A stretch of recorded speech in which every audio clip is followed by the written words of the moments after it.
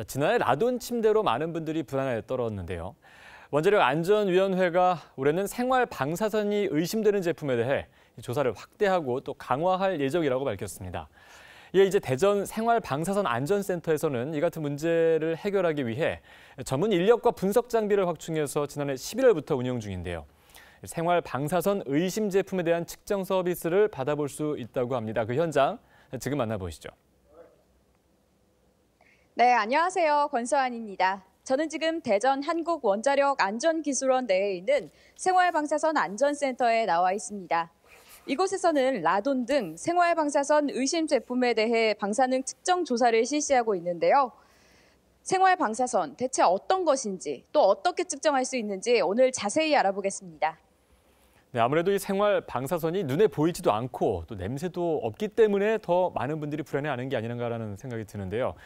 지금 말씀하신 안전센터에서 전문 인력과 장비를 통해서 이를 수치로 측정하고 또 예방할 수 있다고 하죠. 어떤 방식으로 방사선 측정 서비스가 제공되고 있는지 궁금합니다. 자세히 전해주시죠. 네, 먼저 이곳은 지난해 11월 전문 인력과 장비를 확충해 문을 열었는데요. 생활 방사선이 의심되는 제품에 대해 제보도 받고 또 실제로 방사선을 측정하는 서비스를 제공하고 있습니다. 전문 인력과 장비가 확충된 곳인 만큼 곳곳에서 다양한 장비들이 보이는데요. 이곳에 계신 관계자분과 함께 이야기 나눠보겠습니다. 안녕하세요. 네, 안녕하세요. 센터장을 맡고 있는 김영재입니다. 네, 이곳 생활 방사선 안전센터 어떤 곳인지 먼저 소개 부탁드립니다. 예, 우선 생활 방사선이라고 하면 지금 우리 주변에 있는 여러 방사선을 얘기하는데요. 쉽게 얘기하면 네 가지가 있습니다. 먼저 하늘에서 오고 있는 우주 방사선이 있고요. 그다음에 이제 지각 또는 토양, 암석에서 나오는 지각 방사선이 있고요. 그다음에 이제 우리 몸속에도 보면 K40이라는 게 있습니다. 그리고 우리가 먹는 식품 중에도 보면 필수 원소인 칼륨이 있고 칼륨의 동위원소 K40이 있습니다. 이것 때문에 일어난 또 방사선 물질이 있고요. 또 그다음에 이제 실내 공간에 있는 라돈이 있습니다. 그리고 이 업무를 수행하고 연구를 하기 위해서 이제 중요한 세 가지 업무를 하고 있는데 그 천연 방사선 핵종이 포함된 원료 물질, 광물질들을 가지고 이제 여러 가지 우리가 필요한 그 제품들을 생산하는 이런 가공 제품 업계를 또 저희가 안전관리나 조사를 하고 있고, 그다음에 이런 방사선 물질들이 국내로 유입되는 것을 감시하기 위해서 공항만에 감시기를 설치하고 또 그거를 감시하고 있고요. 그다음에 이제 이런 원료 물질들이 사용된 일상생활 또는 먼저 침대나 매트리스나 이런 가공 제품에 대한 방사선 조사와 연구를 수행 중에 있습니다. 저는 방사선 하면 무조건 몸에 해롭고 굉장히 무섭다 이런 생각을 했었는데 자연에서도 이렇게 방사선이 있다는 걸 오늘 여기 와서 또 알게 되네요. 지금 뒤쪽에 다양한 장비들이 있는데요. 어떻게 이게 측정이 이루어지고 있는지 설명 부탁드리겠습니다. 예, 지금 이 장비는 라돈과 토론을 측정하는 라드7이라는 장비입니다. 그럼 여기 보시면 지금 여기 매트리스 위에서 라돈과 토론이라는 물질이 올라옵니다. 그러면 이거를 그 공기 펌프로 해서 안으로 유입시킨 다음에 여기서 라돈과 토론을 측정을 합니다.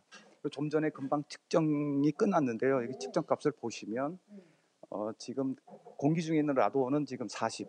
사실 이 제품에서 나오는 거나 공기 중에서 나오나 라돈은 거의 비슷합니다. 그리고 토론이라고 하는 물질이 지금 1160 베크렐/, 입방미터당 1160 베크렐이 지금 검출되고 있습니다.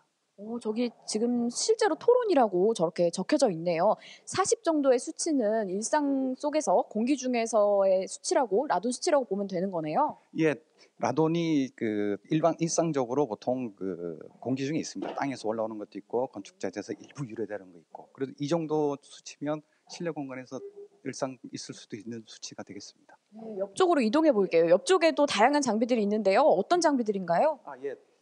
여기 있는 장비들은 라돈을 측정하는 여러 가지 장비가 되겠는데요.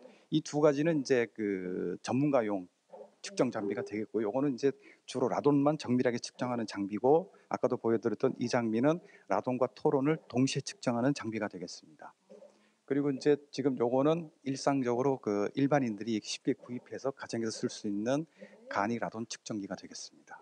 이거 같은 경우는 지금 여기 라돈이라고 딱 적혀 있는데 무게도 굉장히 가볍고 금방 이렇게 들 수 있어서 측정도 굉장히 쉬울 것 같아요. 이 옆에는 특이하게 생긴 측정기가 있는데 뭔가요? 수동형 라돈 측정기라 그래가지고 라돈과 토론, 아까 금방 말씀드렸던 라돈과 토론을 동시에 측정하는 장비가 되겠습니다. 그리고 요 장비를 실내 공간에 설치하고 받고 한 어느 기간 정도 방치한 다음에 저희가 회수해서 요거를 개봉하는 다음에 개봉하면 안에 내부에 그 작은 칩이 있습니다. 그 칩을 이제 화학 처리해서 지금 여기 보시는 이 장비에서 판독을 하게 됩니다. 지금 저 화면에 점점점 저렇게 찍혀 있는 게 있는데 저게 바로 그 입장. 예, 저거는 이제 라돈에 의해 가지고 여기 검출기 안으로 들어온 라돈에 의해서 그 만들어진 그 트랙이라고 합니다. 그 트랙 개수를 저희가 현미경으로 자동 판독하는 장치가 되겠습니다. 우리 눈에는 안 보이지만 현미경으로 살펴보면 저렇게 입자들이 다 있다는 게 정말 놀라운데요. 이 옆쪽에 있는 장비들은 뉴스에서 많이 봤어요. 이거 어떤 거였죠? 이 장비들은 공간에 있는 감마선을 측정하는 장비가 되겠습니다. 여기 보시면 현재 지금 이 방의 공간 감마 선량률은 0.14 마이크로 시버트 퍼 아워로 지금 측정이 되고 있습니다. 이 정도 수치면 어떤 정도인가요? 이 정도 수치면 일상 그 실내 공간에서도 나올 수 있는 수치가 되겠고요. 우리나라의 그 일반 토양에서 측정되는 공간 감마 선량률들은 보통 한 0. 가장 높은 값이 0.65까지도 0.56까지도 측정이 되고 있고요. 해외로 나가면 더 높은 지역도 많이 있습니다. 그렇다면 혹시 제 몸에도 방사선이 얼마나 있는지 너무 궁금한데 혹시 이 기계로 측정해 볼 수 있을까요? 우리 몸에도 아까도 말씀드렸다시피 필수 영양소인 칼륨의 동위 원소인 K40에 의해 가지고 우리 몸에도 방사선이 있는데요.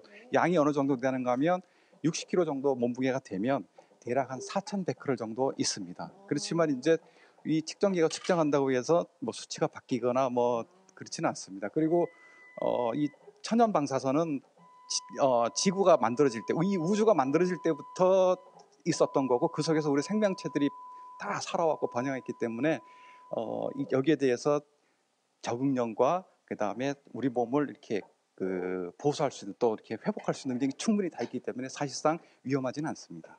예.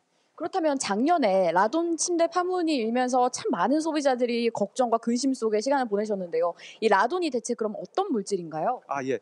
라돈은 두 가지가 있습니다.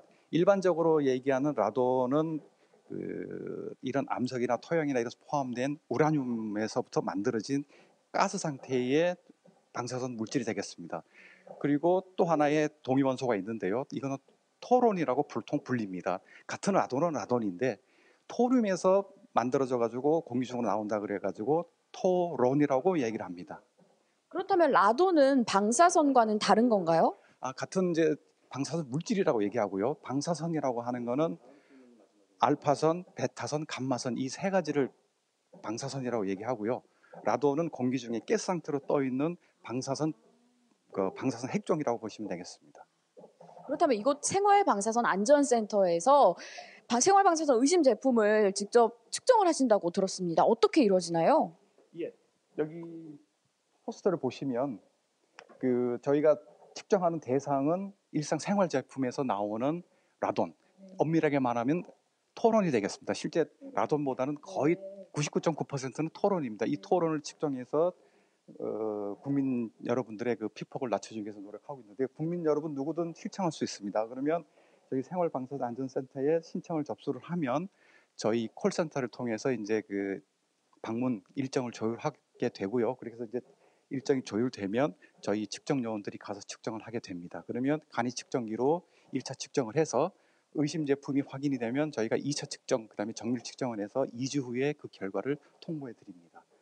이렇게 측정 요원이 직접 가정으로 내가 있는 가정으로 와서 이렇게 측정을 1차로 해준다는 것이 참 정말 편리하고 좋은 것 같은데요. 이 라돈 측정 방문 서비스 많은 분들이 이용하셔서 생활 속 제품을 보다 안전하게 사용할 수 있었으면 좋겠습니다. 오늘 좋은 말씀 감사합니다. 예, 감사합니다.